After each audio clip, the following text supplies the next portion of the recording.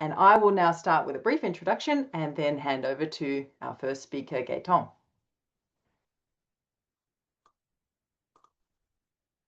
So the brief introduction is just to explain the background of IEA PVPS and Task 1 and the Trends Report. So the International Energy Agency was founded in 1974, and then within the International Energy Agency, the Technology Collaboration Program was created, and it's a focus on international collaboration around topics of energy security. And there are over 40 topics within the Technology Collaboration Program, and one of those is our program on photovoltaic power systems, the PVPS TCP, which has been running since 1993.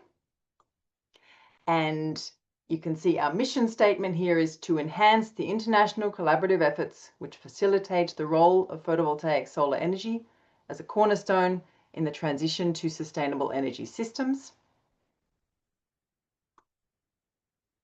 A brief history of Task 1, which has been running for over 30 years, as you can see, and very interestingly, also the trends reports have been coming out for 30 years, with the first one 30 years ago in 1995. And this is one of the very valuable aspects of the trends reports, is this long-term series of the reports. And it's very interesting to go back and read the first one, which came out at a time when the market was much smaller than today. So this series of reports really shows the transition of the PV sector from the very beginning almost. Okay, so Task 1 is a group of market and industry experts from the IEA PVPS countries. The group focuses on understanding the markets, the policies, and the industry trends. It's a non-profit think tank active within the PV sector. And the key outputs of Task 1 you can see here. Every year, early in the year in April, there's the snapshot of global PV markets. And later in the year, now October, we have the Trends Report coming out, Trends in Photovoltaic Applications. You can see the cover page here. This is a teaser. The report will be launched in the next couple of days, and you will all receive an email notification as soon as it goes online. And without further ado, I'm very pleased to introduce our first speaker, Gaëtan Masson.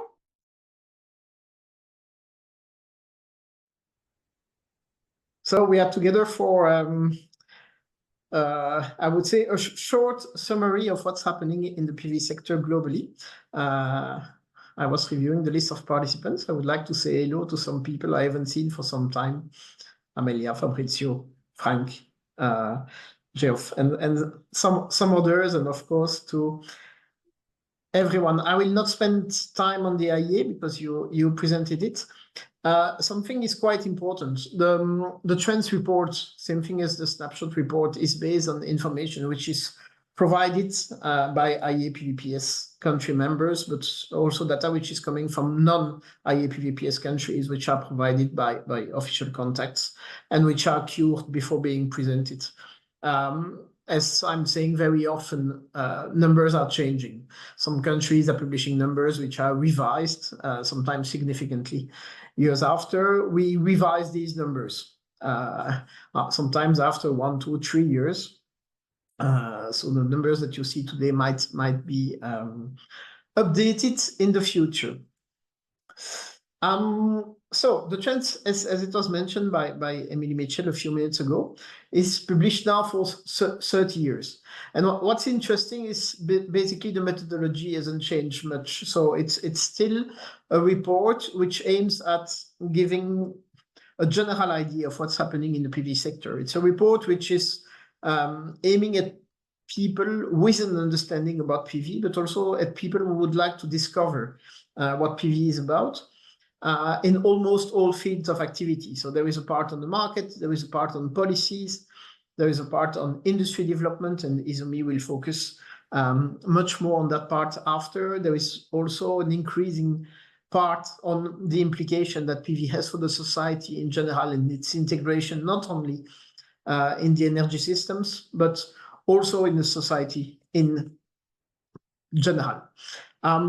If you have any question about the methodology, about numbers, don't hesitate in the Q&A session after this presentation. So just starting with some numbers, we have installed a little bit more than 600 gigawatts, and I will come back to that in a minute, last year, so in 2024, and we had more than 2,260 gigawatts installed at the end of the year. It simply means that PV is already, based on what has been installed until now, covering a little bit more than 10% of the global electricity demand. And I will come back on that. I will come back also on key markets, but these are huge numbers. If by accident you haven't followed the PV market in the last 10 years, you might be super surprised by the speed at which PV developed. And it's quite an interesting indicator, and Izumi will focus more on that. We have produced more than what we installed last year.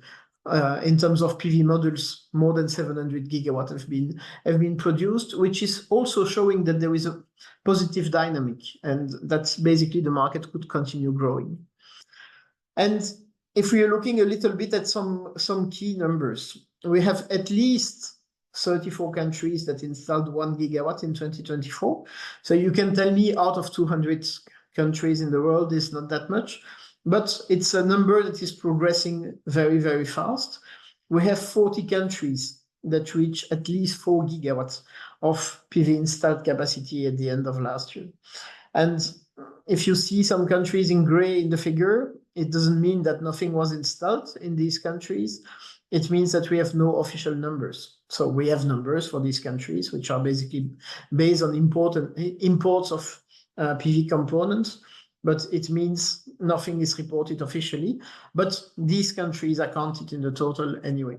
What is more interesting is that if we're looking a little bit at the champions in terms of PV installation, and I will just mention the first one, we have some countries where we have more than 1 kilowatt per inhabitant. And it's the case in the Netherlands. It's almost 1.4 kilowatts per person. So basically, we are reaching a level of penetration of PV in some countries where basically it's not anecdotal anymore. It's something which has become so massive, and it's also the case for Australia, but also Germany, Belgium, Austria, we could continue, that it's becoming a significant part of the electricity and the energy system, and I will come back to that.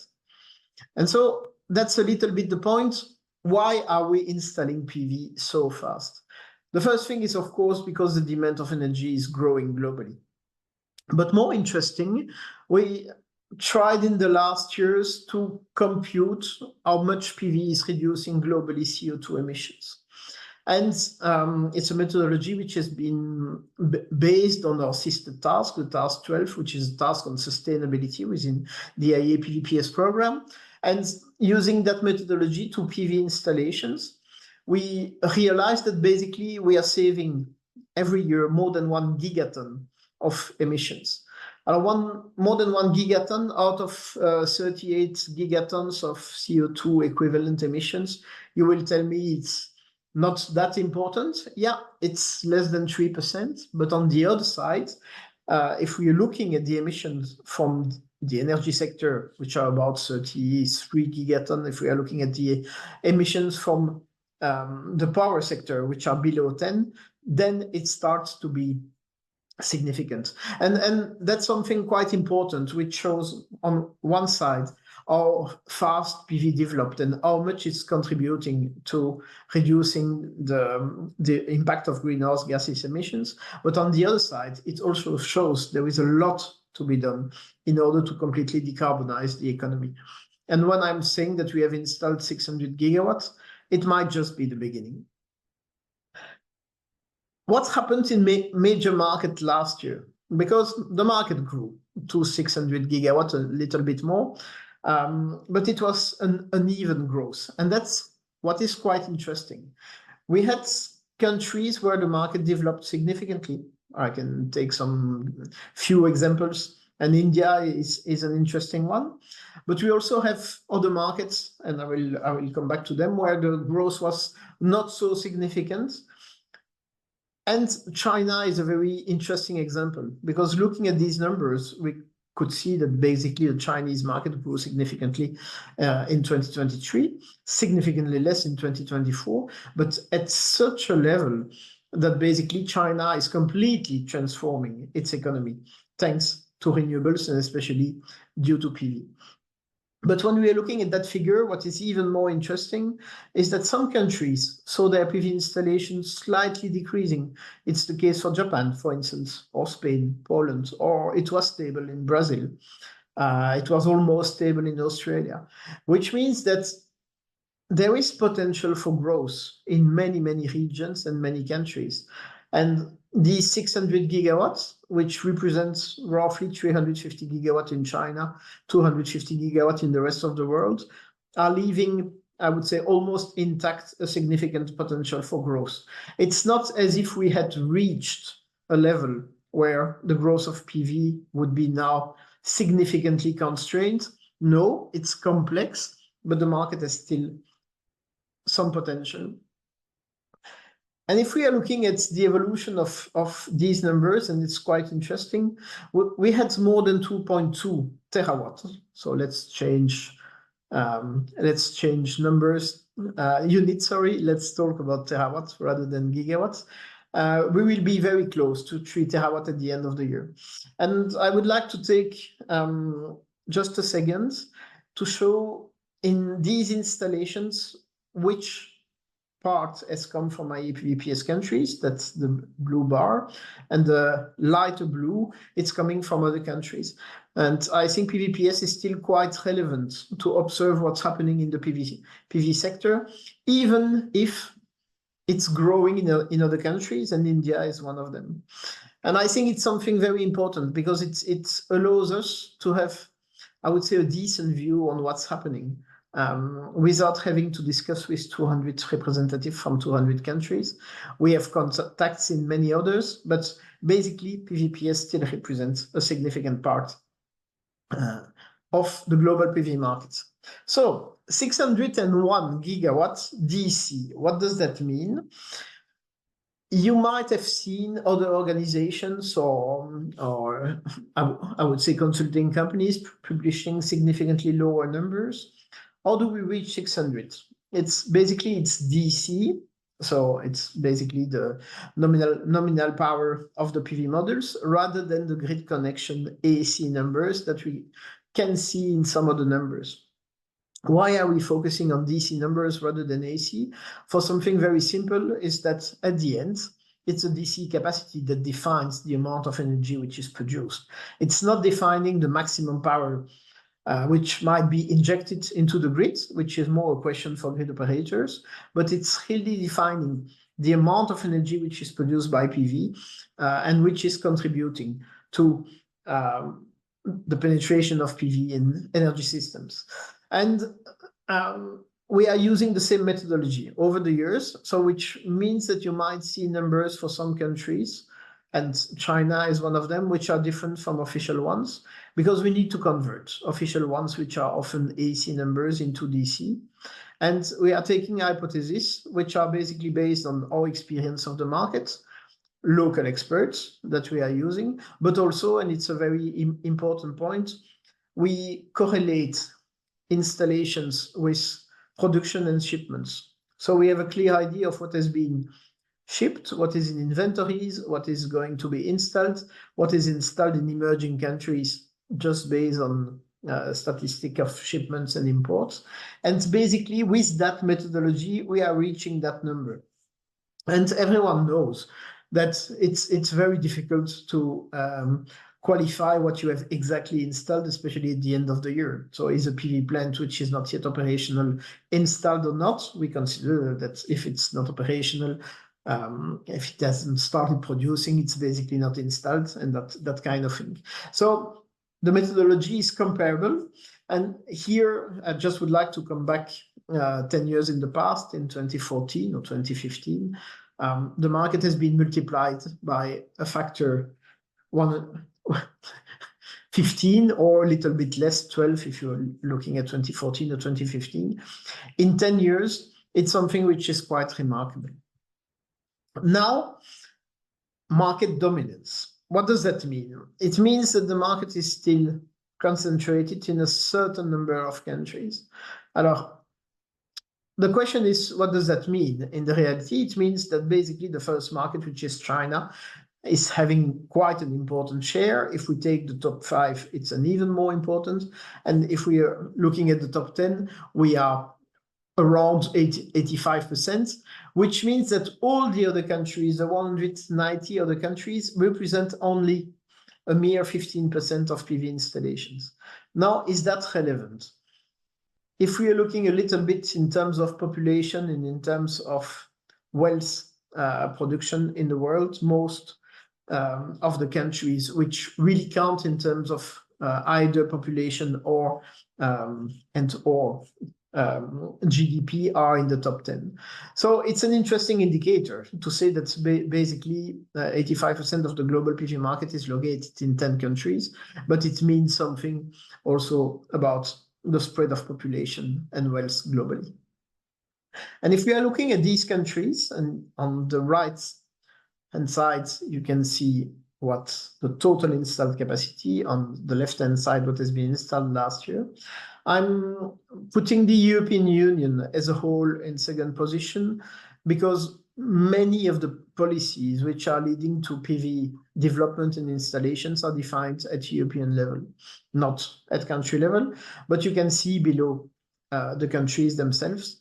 And of course, Germany, Spain, Italy, France, it's changing a little bit from one year to another. But most important at global level, China, as I was saying, is definitively the key PV market leader, followed by the US. And this is something in the coming years that will have to be scrutinized. Because in my opinion, it will be very, very difficult to replicate these numbers, maybe in 2025 due to market inertia, but after given extremely complex policies with regard to renewable energy development in the US, this is something that could change. India, which is growing with 32 gigawatts installed last year. And basically that's something here which can be interestingly discussed. With the same population in India as in China, the potential for growth of the PV market in India is astonishing. We all know that India is delayed the moment where its market could grow, waiting for its own industry. But this is something which might happen now. And then we have a surprise, which is Pakistan. We have a surprise because the numbers that we have are based basically on massive imports of PV components, which have transformed the electricity system in Pakistan in 2024 in a way that few could imagine. And that's something that will have to be scrutinized in other countries, and we might see that even more frequently in the coming years. It's countries installing massively PV systems just to reduce the dependence to oil and gas production, reduce energy price, and satisfy a growing need for electricity. And it's quite clear in many African countries for the time being. And I will not spend too much time on the cumulative capacity, but it's interesting to see that China had more than 1 terawatt alone at the end of last year. And when you're looking at that number from a regional point of view, there is something which is quite obvious. And I'm sorry, it's not yet the definitive figures. There is a slight mistake. The gray part is not the rest of the world, it's Europe. But don't look at that. What I wanted to show here, it's basically Asia Pacific, which is the most populated region in the world, but also the one contributing increasingly for a grower part of its GDP, which is installing more PV, and this is something totally normal. While PV has developed first in developed and wealthy countries, it's going to become increasingly an energy source adopted by everyone. But when we are talking about an energy source, what are we talking about? We are talking about plenty of different segments. And this figure is just showing the evolution. And I will come back to that in a second, about distributed versus centralized PV plants. What does that mean, distributed? Very often it's a rooftop-based installation, but not only. So BIPV can be included, small installations in gardens, but in connection with local self-consumption. So it means basically distributed means PV for local production, with just the excess being injected into the grid. And so it's residential, commercial, industrial, and so on. And centralized means basically a very large installation, but it could be not so large, just injecting into the grid. And if we look at the dynamics, we can see that from 2019 to 2022, we saw a growth of distributed installations. And it came because of PV becoming more mature in a certain number of countries, and it requires more time and more complex policies to develop PV in the distributed segments. And especially net metering and self-consumption policies are quite complex to put in place, while developing a very large utility scale PV plant in the middle of nowhere, it's much more, it's simpler. But in 2023 and 2024, that share diminished, and it's coming mostly from the acceleration of the market in China, where the Chinese PV industry had to absorb a very huge quantities of PV components produced, and it was done mostly as centralized PV applications, simply because it's faster and the amounts can be installed are much bigger than in the distributed PV segment. And everything else, floating, agri-PV, everything you can imagine, remains relatively small, even if we see that agri-PV might start representing up to 10% of new projects for centralized PV applications, and even more in some countries, but we are not there yet. And something interesting as well is if we are looking at centralized versus distributed per continent, we can see that we have totally different situation in Europe, for instance, than in the Americas in general. And this is something which will continue evolving. And in Asia Pacific, while we have a lot of distributed installations, for instance, in Japan or Korea or Taiwan, just to take it as an example, in China, it's totally opposite. And so it makes Asia Pacific one of the two continents with the lowest share of distributed PV application. Now, and I will leave Izumi speak much more in detail about that. The PV industry is facing huge overcapacities. It's something that has existed for a very long time. Manufacturing capacity was always higher than the demand, but production was almost similar for many years to installed capacity. And then the discrepancy started, and from 2019 and until now, we had annual production capacity for PV modules, but also for other components, I will come back on that in a minute, much higher than what was installed. What is behind that? It's simply that with 600 gigawatts installed last year, we have reached a level where the growth of the market, in spite of its potential, is much more complex to put in place than in the past. In the past, producing cheaper PV modules, cheaper PV inverters was leading naturally to growth in a certain number of markets. Now, it's much more complex, and I will come back on that in the conclusion. So basically what's happening, the industry is producing more than what it can install. A lot is coming to inventories, and this is leading to what we are seeing for more than 2 years now, extremely low prices, which are, and Izumi will speak about it, which are leading to unsustainable practices for the industry, or in other words, the industry is selling PV modules and inverters below its production cost. And it's just supply and demand. And again, in anticipation, it's even worse, I would say upstream, so for polysilicon production or wafers, than for cells and PV modules. But you can see that basically production capacities are quite high. So Izumi will develop that, but my point here is quite clear. What we are seeing in terms of prices for PV components is just unsustainable, and they will grow in the coming years.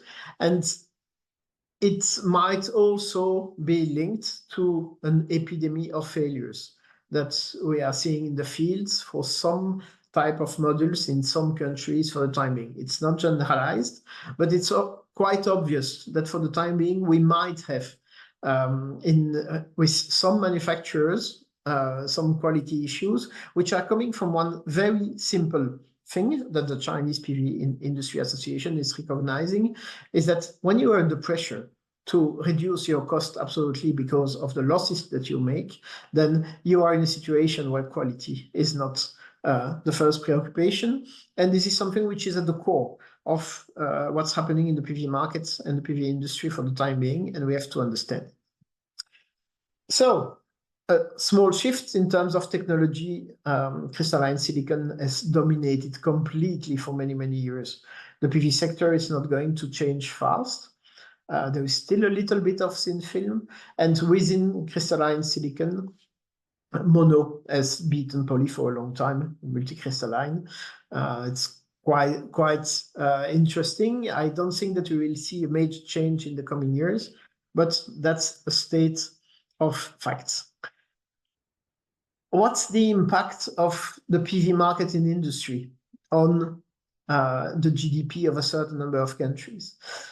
First thing, its installations represent much more in terms of added value than operation and maintenance. So of course, operation and maintenance are important, but you can see it in a range. It represents just a small fraction of the economic growth which is generated by PV.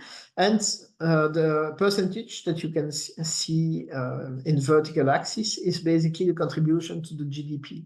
So yes, we're approaching a certain number of countries, 1% of the GDP, which is quite important. And compared to, that's the PV business value, 0.36%, compared to all investment in the power sector, it's starting to be quite important, could grow, and all the investments in energy globally, 2.9% of the global GDP, is also something very, very interesting. There is space for growth, I would say, but numbers are not ridiculous. And in terms of jobs, it's also something very important. Of course, many, many jobs are created in China in the PV industry and installation, which is logical if you install more than 55% of all installations and you produce more than 85 or 90% of everything which is installed. Of course, it's generating employment. But in many other countries, we have numbers which are not ridiculous either. And I would like to give you an idea about competitiveness. So this is a figure which is not simple to understand. So basically, the blue dot that you can see represents either a PPA or I would say a PV tender which has been granted. And you can see numbers. So it shows that over time we had a general decrease of the value of PV electricity. And we have even seen in some regions numbers which were lower than that. But basically between $20 per megawatt hour and $50-60 per megawatt hour, we have an idea of the tenders which have been granted globally. And we try to normalize them. So we have taken the conditions for normal PV plants, utility scale, because that's what we're talking about.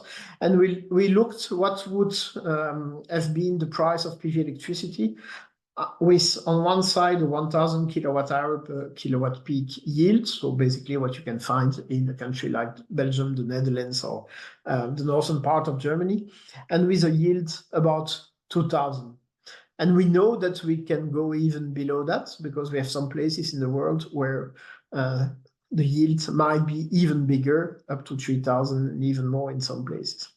And what's the conclusion of that slide is that PV now is in many countries in the capacity of producing electricity below $60 per megawatt hour, so below $6 per kilowatt hour. It's something which makes PV virtually competitive with almost everything, and in some regions, it's even competitive with coal.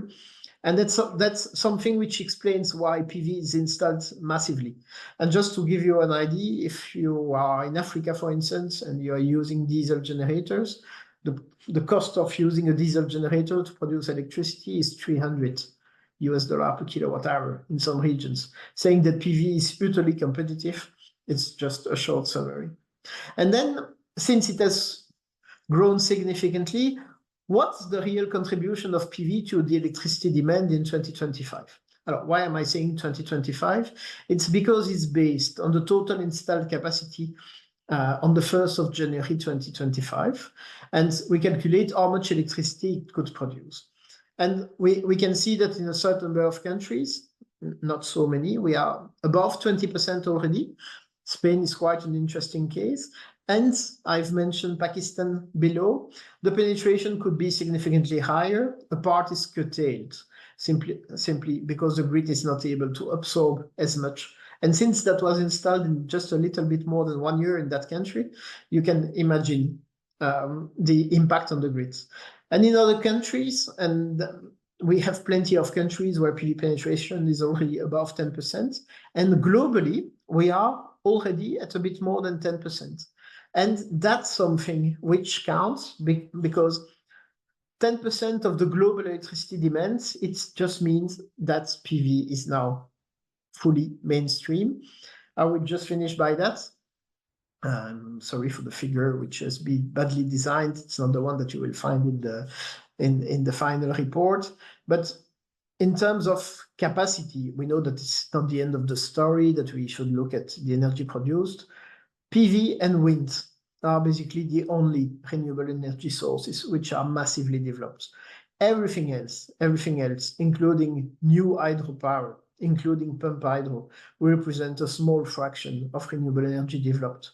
So focusing on geothermal, even on biomass, biogas, whatever, wave energy, is just focusing on the smallest part of the renewable energy-based transition. These are PV and wind, which are supporting it globally, massively, and this figure is showing it. And I will conclude by saying with 10%, PV is clearly mainstream now. And its potential for growth is huge. As I've shown in terms of investments, there are still many investments outside of PV. We could invest much more in PV electricity. And market development is still uneven. And uneven, don't misunderstand me, it means it can grow significantly in other regions. So we could have more than 600 gigawatts, and I personally think that we will be close to 700 gigawatts this year, given in general the speed at which some countries are installing in the last part of the year. It might be less, it might be more, it's difficult to say. But what can happen after? And what can happen after is a very interesting question. We have enough production capacity for more than 1 terawatt of PV installed every year. And we would need 3 terawatts per year in order to be serious with regard to decarbonization. So can we do it? Yes. But, and that's a little bit the conclusion of what we are seeing this year, in many countries, the growth was either halted or was slightly diminished because policies were not adapted in time. And from a policy-driven environment, what we saw some years ago, 10, 15 years ago, policies were driving the very fast expansion of PV that we have seen and that led to what we can see now. Now we are in a policy-constrained environment. And again, my goal is not to criticize policymakers. It's to say it went so fast that the speed at which we should adapt policies, and it's not just about PV, it's about grid expansion, it's about grid management, it's about introducing smartly storage in energy systems, it's about electric cars and especially smart charging up to vehicle to grid. It's about potentially producing green hydrogen, green ammonia, e-fuels, e-chemical, power to food, power to water, power to whatever. That we are in a situation where we would need an acceleration based on policies, and policies are taking a lot of time to be adapted. And that's why I'm saying we are now in a policy constraint environment, and the growth in the coming years will come from the countries that will be able to put in place the right framework for PV development, but the growth will also come from China pushing outside of China massive amounts of PV components. And one thing, we might see PV in the desert to green the desert. It might happen in Africa, it might happen in other continents, much faster than what people believed. And I'm finishing by that. The trend report will be available in the coming days. Just check the IEA PVPS website and information coming from the Secretariat. I'm thanking you for your attention, and I'm sure you have plenty of questions. Thank you very much. Melody, please, over to you.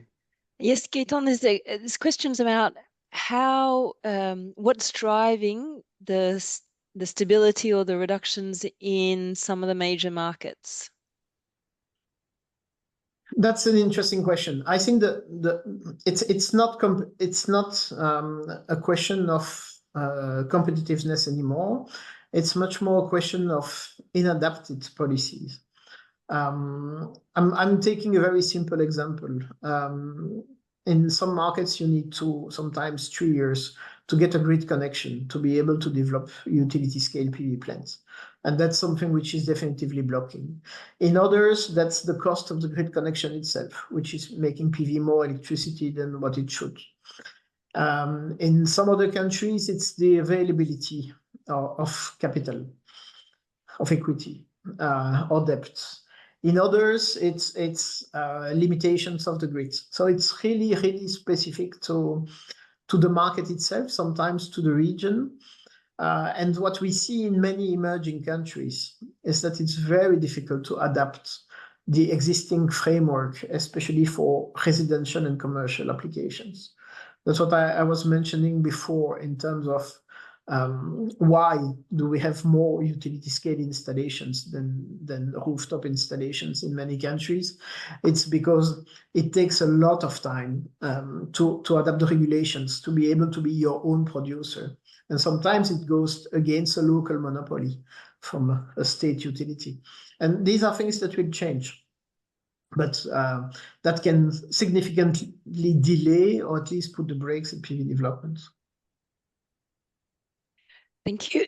Another question, maybe you could talk a little bit about why we don't have more detailed data on specific countries in Africa, why we don't separate down into penetration rates in Africa, and maybe a little bit of a comparison about how the grid is influencing what's happening there. It's in terms of penetration of PV in Africa, most countries are not providing any information. That's really an issue. We have statistics for South Africa, for instance. We have statistics for a certain number of North African countries, but many countries are simply lacking reliable statistics. It's not just an African problem, it's a global problem. Take a country like Germany. Germany is not even to register all its installations. So I think it makes just the understanding of what's happening in Africa more complex, and we need to use some proxies. What kind of proxies are we using? We are using imports of PV components in a country. And we assume that while they are imported, they are installed within a certain time frame. And it gives a pretty good level of I would say, reliability on numbers. Not all African countries are in the same situation. I could take Ghana, where 90% of the population has access to electricity, or Madagascar on the other side, where it's 14%, including, and in the 14%, where we are thinking sometimes about very small 20 to 30 watt PV modules. So we shouldn't speak, in my opinion, about Africa in the same way, but look at the specifics. And PV is developing fast, mostly through off-grid applications or edge of the grid application. And we see that the most important barrier in many African countries, it's the influence of oil importers.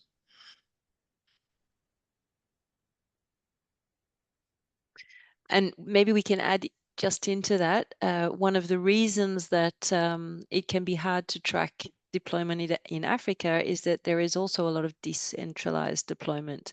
So it can be difficult to track whether modules have gone onto a very small residential system or into a CNI system, which we know is growing.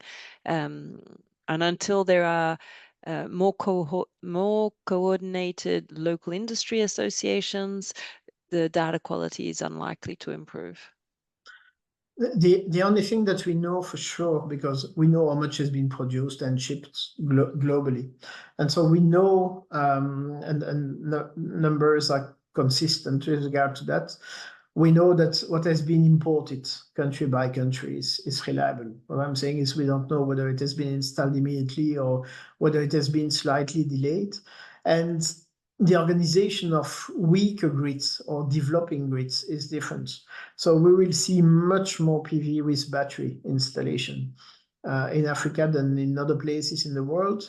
And we might need another way to look at statistics, especially for the penetration of PV in general. But I could give you, with a little bit of calculation, exact numbers, country by country. Thank you. And we'll take one last question here before, and we'll put the rest off to after Izumi's industry presentation, or I will reply and direct if they're methodological questions. The impact on declining quality due to the price optimization that's happened in the last 18 months on future LCOE. That's a very tough question. It's not coming from me. It's coming from the Chinese PV Industry Association that realized that the quality of what was produced was diminishing, and it's not the case for all manufacturers. So basically, it's leading to an epidemic of failures in the field for the time being, especially for glass PV models, but not only. And I think the industry will correct that itself in the coming years. But I would go back for those who are a little bit afraid about it. It's going back to fundamentals. If you use glass which is too thin, and if you're buying PV modules at 6 cents per watt, you shouldn't expect too much. And I'm starting to have a general question about that. We have always worked with the idea that PV modules would last 20 or 25 years at least. Maybe with extremely cheap PV modules, we should start to do different business models and think that maybe after 10 years, we might have to replace them. But let's have it quite clear for the time being. The price decrease that we have seen, which is highly unsustainable. I calculated recently that the top 10 Chinese companies have lost 10 billion in the last 18 months. It's something which is not sustainable. So it will lead one way to another to some kind of either consolidation or some companies reducing their own production, and it will go back to normal. But for the time being, the situation is dear, and indeed, it might lead to significant issues in the field from some manufacturers. And I would say in general, tier 1 are better than tier 2 and tier 3, of course. Thank you. Yes, we have two questions. One methodological, which we'll come to in an instant, but we have one that's asking what's the equivalency between the volume installed and the number of terawatt hours, and what is this in terms of world consumption or world energy production? It's for you, Gaëtan. Yeah, I'm just trying. Do you see me? Yes. Yes, we do. Okay. Just to give a little bit numbers, world's power demand is about 30,000 terawatt-hours. Just to give an indication, if we're looking at main countries, China is about 10,000 now. The European Union is about 2,500, 2,600 terawatt-hours. And if we look at PV production globally, so we are close a little bit, probably above 3,000 terawatt-hours. So PV is producing now more than the total power demand of the European Union, to give an indication. And to give you another indication, which is quite interesting, if we're looking at China, the share of decarbonized electricity sources is reaching now 40%, and PV and wind representing half of it. And these are early 2025 numbers. So it starts to become quite important. Numbers, the 3,000 terawatt-hours I was mentioning, comprise 1,000 terawatt-hours of self-consumption, so electricity which is not really visible. And a bit of a follow-on for that, what about in cold climates? Obviously, colder climates, less sun. Are we developing at the same rhythm? It depends what we are calling cold climates, but I think if we take the northern part of the European Union, which includes Germany, Belgium, Netherlands, Sweden, we have quite interesting numbers. It's a political decision so far, and competitiveness of PV electricity relates to not only solar irradiation, but also electricity prices. So when we're looking at the competitiveness of PV electricity, if I'm taking a country like Germany, it's a given. Belgium, Netherlands, Denmark, Sweden, it's a given. Where it might be more complex, it's in some countries like Canada, for instance, in some Canadian regions, but it's not a question of competitiveness. It's more a question of adapting to the existing electricity mix. But that would be a very, very long discussion. But PV as a whole to play, it can be very important. And if we look at 100% renewable energy scenarios, we can see that in a certain number of northern countries, PV is playing a key role, but wind as well. And it's never one or the other. There is always one which is dominant, and PV is present significantly almost everywhere in these scenarios. Oscar Hernandez asked a very specific question, Canada, for example, and if I may, the Nordic countries which have very high volumes of seasonal hydro have observed that PV can help them get through the very short window of period when reservoirs are close to empty and spring melt hasn't come through yet. So even countries with extremely high penetration rates of pileup of hydro that can be can fill everything, solar still has a value in these countries. We have another question regarding our methodology for calculating greenhouse gas emissions reductions. Does it include the whole PV life cycle or just the emissions avoided by energy production that is free from fossil fuels? It's including the PV life cycle, let's say it like that. If you want more information on this, I invite you to look at the Task 12 work on the IEA PVPS website. And if I may, it's a moving target. That's what's very interesting. It's the more we decarbonize an electricity mix, of course, the less CO2 it saves. So it should be taken as a picture taken during a specific year, which is giving an idea of the importance of PV in the electricity mix now.